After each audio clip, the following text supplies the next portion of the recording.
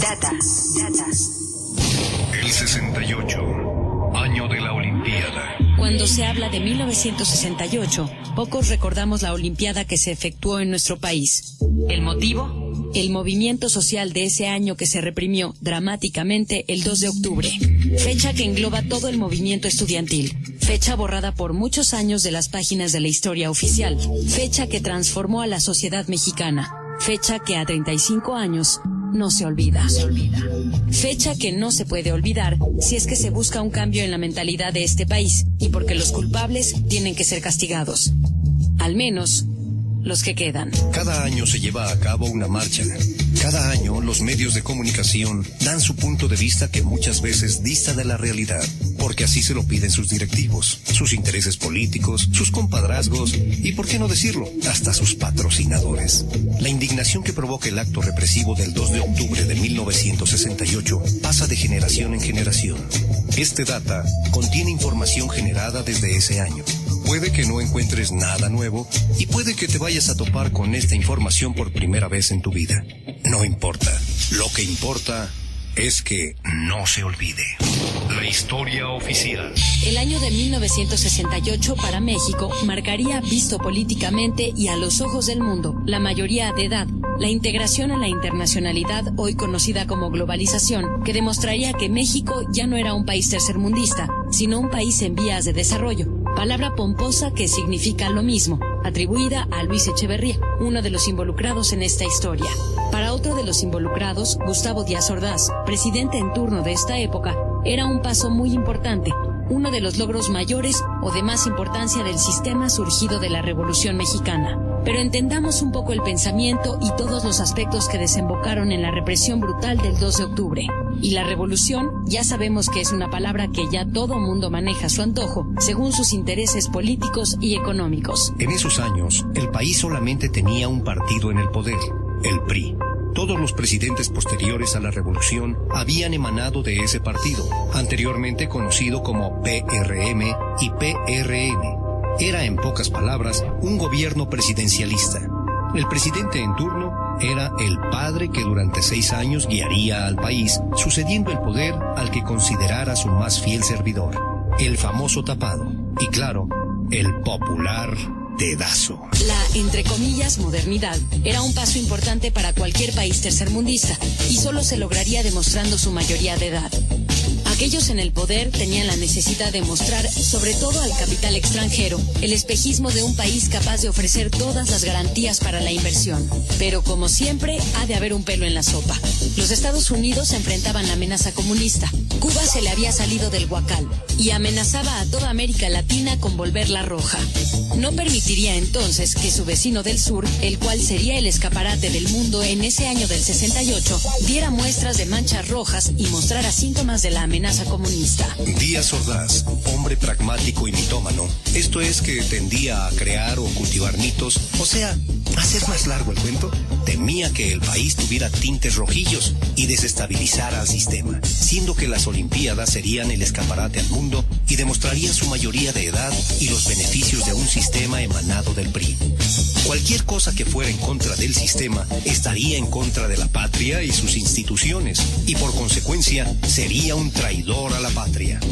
Así se las gastaba el señor. Teniendo en cuenta toda esta atmósfera de histerias y conjuras, era claro que el gobierno no aceptaría ningún error de sus gobernados, mucho menos de los menores de edad, los jóvenes, rebeldes sin causa, greñudos y desorientados, amantes del rock, las drogas y el relajo. Evitaría a toda costa que los jóvenes se lucieran frente a los invitados. En esos años, Estados Unidos, como lo vemos actualmente con su pánico al terrorismo, le temía a la Unión Soviética y a su sistema político de gobierno, el socialismo, contrario al sistema capitalista que mantenía a los gringos en uno de los extremos del poder. El otro lo mantenían los rusos. Para desvirtuar a su contrincante, Estados Unidos decide adueñarse de la opinión pública mundial. Gran parte de Europa y Occidente son cómplices de este anticomunismo. Mejor resultado se da en América Latina, donde los comunistas son considerados como traidores y seres deshumanizados. En México, el anticomunismo se vuelve la ideología oficial y hasta popular, fomentada, claro, por medios de comunicación y la ignorancia característica de nuestros gobernantes. Hasta los católicos le entran con sus slogans de "En esta casa somos católicos y no aceptamos propaganda comunista".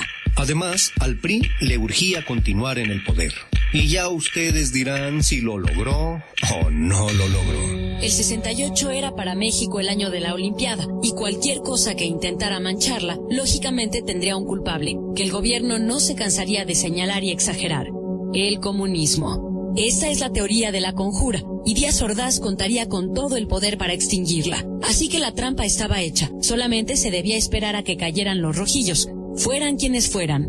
El 26 de julio se conmemora el aniversario de la Revolución Cubana. A partir de esta fecha, el gobierno díaz-ordazista está al pendiente de cualquier indicio de manchas rojas. Todo comienza con una bronca el 22 de julio en la Plaza de la Ciudadela. Dos pandillas, los Arañas y los Ciudadelos, se enfrentan a los estudiantes de las vocacionales 2 y 5 del Politécnico, ubicadas en la misma plaza. Un día después, la bronca se reinicia. Ya avisados, aparecen los granaderos con macanas y gases lacrimógenos. Esto provoca en los estudiantes del Poli un reflejo inesperado y natural: la insurrección. De las 10 de la mañana a la 1 de la tarde, 3,000 politécnicos pelean con los granaderos. El saldo es de cientos de estudiantes y maestros detenidos y otros tantos golpeados. En cuestión de horas son liberados, pero la semilla comienza a germinar. El 26 de julio, la Federación de Estudiantes Técnicos, grupo al servicio de las autoridades, inicia una tibia protesta con una marcha previa autorización al gobierno del DF, que desembocaría en el Zócalo.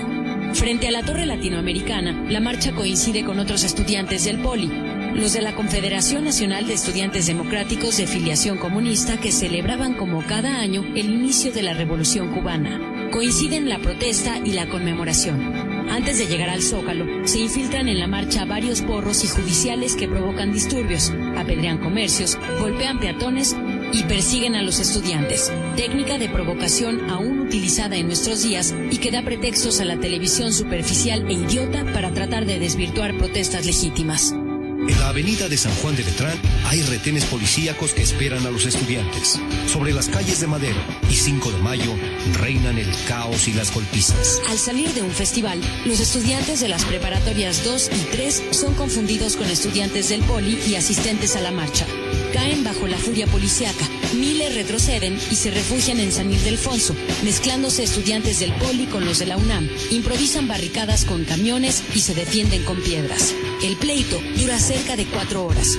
Hay cientos de detenidos y los granaderos son rechazados del lugar.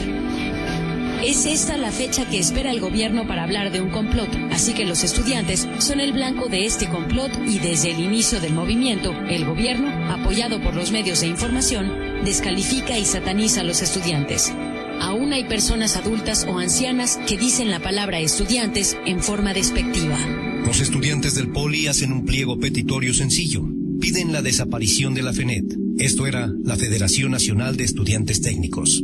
La expulsión de los dirigentes de la misma y de pseudoestudiantes priistas que eran pagados por el gobierno, los conocidos porros y algo que marcaría al movimiento: la desaparición de los cuerpos represivos. Del 27 al 28 de julio, en San Ildefonso, un grupo reducido de estudiantes festejan su triunfo.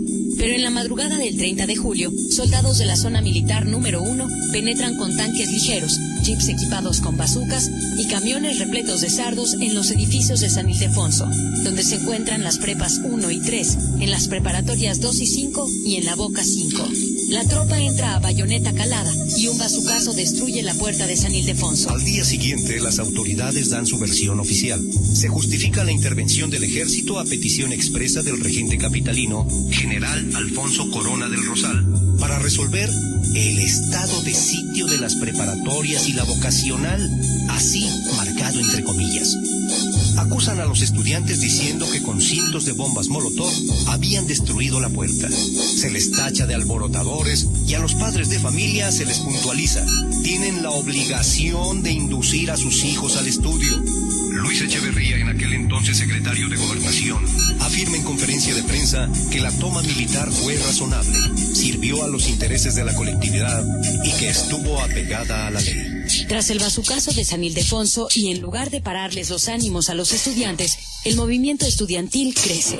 La razón es importante, se había violado la autonomía universitaria, pero un punto muy importante y que en 1968 sería imposible de pensar fue la concientización de los estudiantes a la violación de sus derechos humanos y civiles. En Ciudad Universitaria, miles de estudiantes junto con maestros protestan por estos hechos y los denuncian. El rector, Barros Sierra, pone la bandera nacional a media asta y el silencio se vuelve abrumador. Sin duda, este hecho del rector Barros Sierra legitimiza al movimiento.